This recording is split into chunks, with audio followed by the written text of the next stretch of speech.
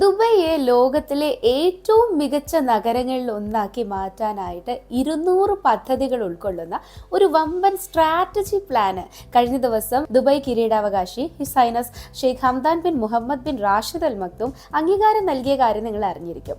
എന്താണ് Dubai quality of life 2033 strategy പ്ലാനിലുള്ളതെന്ന് നോക്കാം. 200-ലേറെ പാർക്കുകളുടെ വികസനം, ബീച്ചുകളിൽ സൈക്ലിംഗ് ട്രാക്കുകൾ 300% വരെ വികസിപ്പിക്കുക, രാത്രി നീന്തൽ ബീച്ചുകളുടെ സമയദൈർഘ്യം 60% വർദ്ധിപ്പിക്കുക, സ്ത്രീകൾക്ക് മാത്രമായി പുതിയ ബീച്ചുകൾ നിശ്ചയിക്കുക, കൂടാതെ ദുബൈയുടെ പുറം പ്രദേശങ്ങൾ വികസിപ്പിക്കുന്നതിനുള്ള സമഗ്ര പദ്ധതികളും പ്രഖ്യാപിച്ചിട്ടുണ്ട്.